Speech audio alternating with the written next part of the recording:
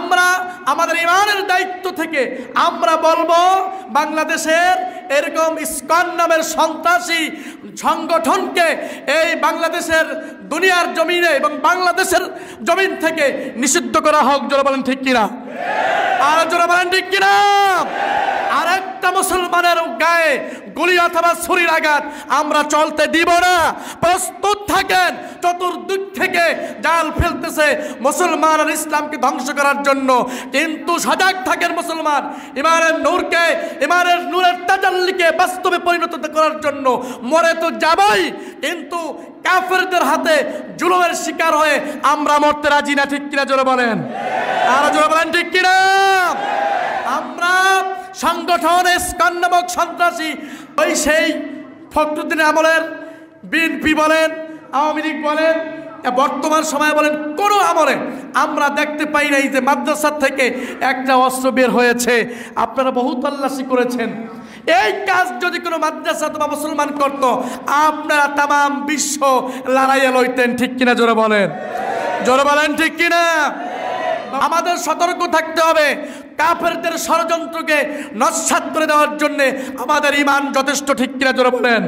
নারায়ে তাকবীর, নারায়ে তাকবীর। কাফেররা, বিধর্মীরা, ইহুদি, নাসরা, খ্রিস্টানরা, বেঈমানেরা, কুফরি যারা করে, তারা এই যে ইসলামকে উঠাই নিতে চায়। আল্লাহ রাব্বুল আলামিন বললেন, ও মুসলমানেরা শোনো, তোমাদেরকে যে দিন দিয়েছি এই দিনকে তারা দুনিয়ার জমিন থেকে মিটিয়ে দিতে চায়।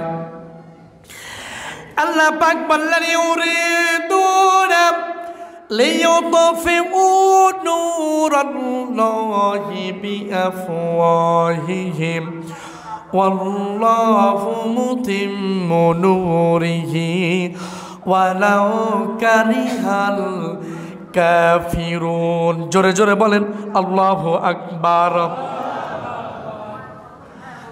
আল্লাহ রাব্বুল আলামিন বললেন, ইউরিদুনা লিইউতফিউ নূরাল্লাহ।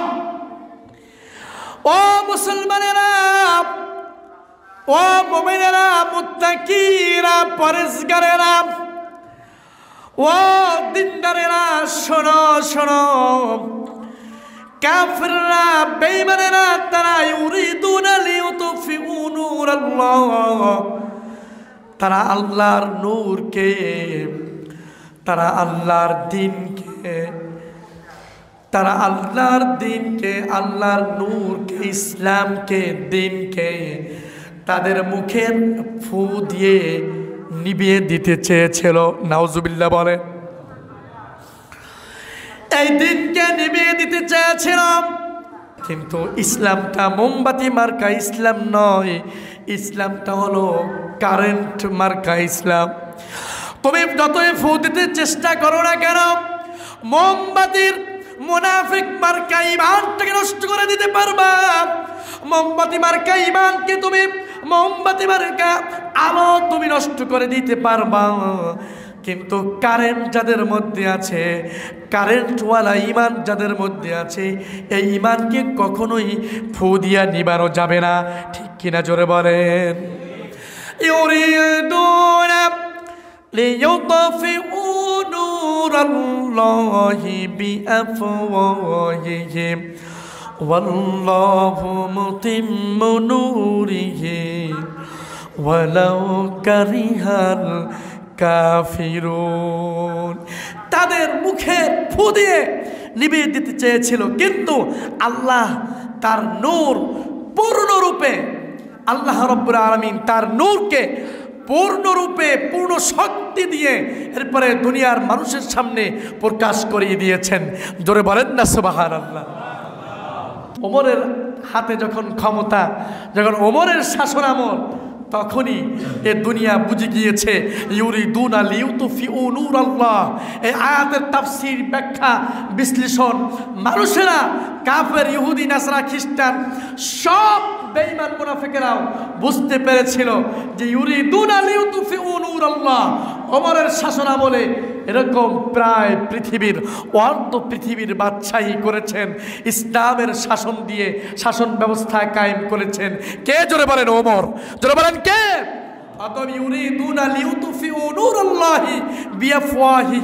তোমরা তো চেয়েছিলে এটাকে ফু দিয়ে নিভে দেওয়ার জন্য, তোমরা এটাকে বন্ধ করে দিতে চেয়েছিলে, কিন্তু আবু জাহেল সবার উদ্দেশ্যে দাঁড়িয়ে বললেন, শোনো, ওই যে কাবা ঘরের মধ্যে একজন লোক আছে, লোকটা যার নাম হলো মুহাম্মদ। এই মুহাম্মদ কি যেন একটা কিতাব পড়তেছে, খবরদার খবরদার তোমরা এই কিতাবটা শুনবা না। আবু জাহেল বললেন, ওয়াকালাল্লাযীনা কাফারু, কাফেররা ওই সময় যে কথাটা বলেছিল আল্লাহ রাব্বুল আলামিন কোরআনের মধ্যে কোট করে দিয়েছেন। কোরআনের মধ্যে সেই কথাটা আল্লাহ রাব্বুল আলামিন ঢুকিয়ে দিয়েছেন।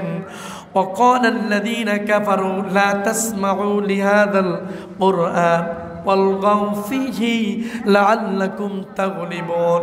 শোনো, ওই যে জায়গার মধ্যে একজনে কোরআন পড়ে, খবরদার ওই তো তোমরা ওর কথা শুনবা না, ওর তার কাছেও যাবা না, এমনকি ওকে দেখতেও পর্যন্ত যাবা না। যখনই এই কথাটা বলল, মানুষের মাঝে একটা টেন্ডেন্সি ফিলিংস তৈরি হয়ে গেল। আর আবু জাহেল যখন দেখতে না করেছে, তাহলে দেখে আসি অন্তত লোকটাই কি বলে।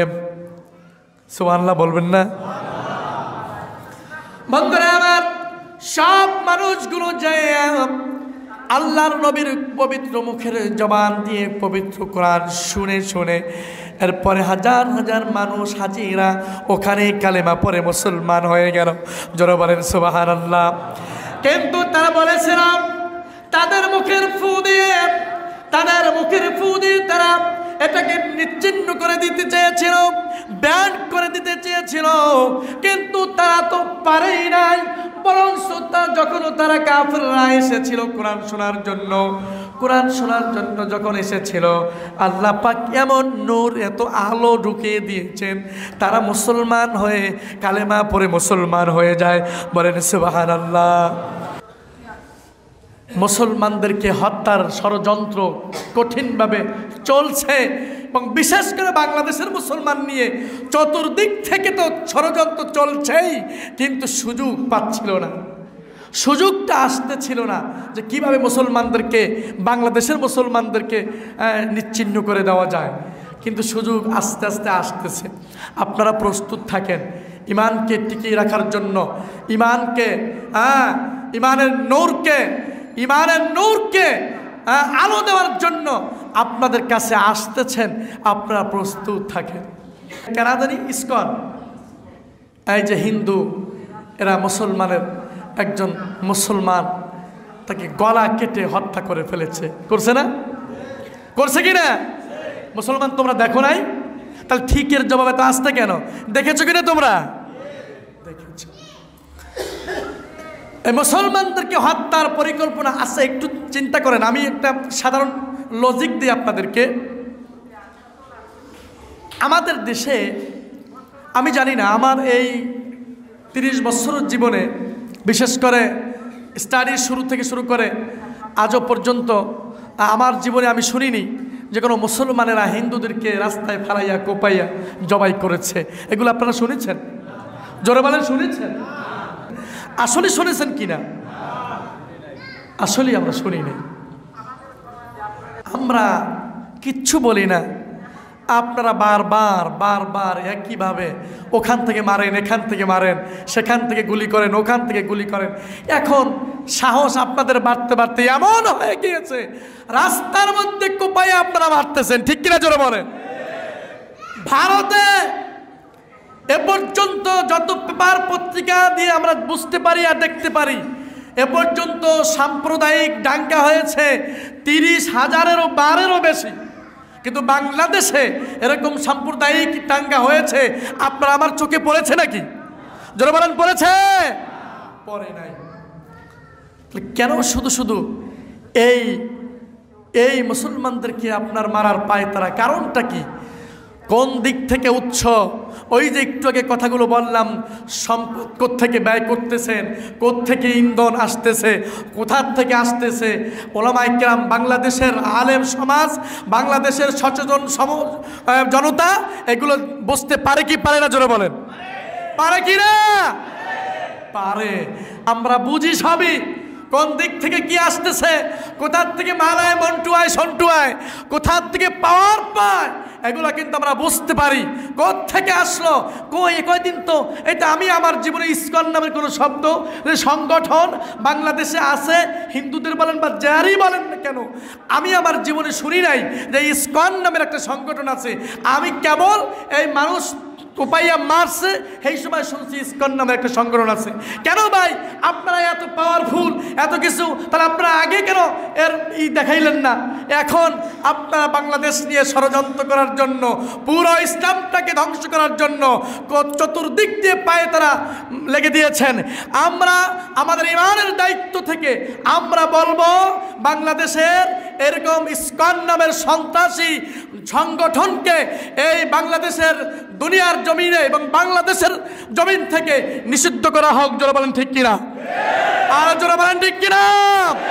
আর একটা মুসলমানের গায়ে গুলি অথবা ছুরির আঘাত আমরা চলতে দিব না। প্রস্তুত থাকেন, চতুর্দিক থেকে জাল ফেলতেছে মুসলমান আর ইসলামকে ধ্বংস করার জন্য, কিন্তু সজাগ থাকেন মুসলমান। ইমানের নূরকে, ইমানের নূরের তাজাল্লিকে বাস্তবে পরিণত করার জন্য মরে তো যাবই, কিন্তু কাফেরদের হাতে জুলুমের শিকার হয়ে আমরা মরতে রাজি না। ঠিক কিনা? জোরে বলেন, আর জোরে বলেন ঠিক কিনা? আমরা সংগঠন ইসকন নামক সন্ত্রাসী, ওই সেই ফখরুদ্দিন আমলের বিএনপি বলেন, আওয়ামী লীগ বলেন, বর্তমান সময়ে বলেন, কোনো আমলে আমরা দেখতে পাই নাই যে মাদ্রাসা থেকে একটা অস্ত্র বের হয়েছে। আপনারা বহু তল্লাশি করেছেন। এই কাজ যদি কোনো মাদ্রাসা অথবা মুসলমান করত, আপনারা তাম বিশ্ব লড়াইয়ে লইতেন। ঠিক কিনা? জোরে বলেন, জোরে বলেন ঠিক কিনা? আমাদের সতর্ক থাকতে হবে। কাফেরদের ষড়যন্ত্রকে নস্যাৎ করে দেওয়ার জন্য আমাদের ঈমান যথেষ্ট। ঠিক কিনা? জোরে বলেন, নারায়ে তাকবীর, নারায়ে তাকবীর।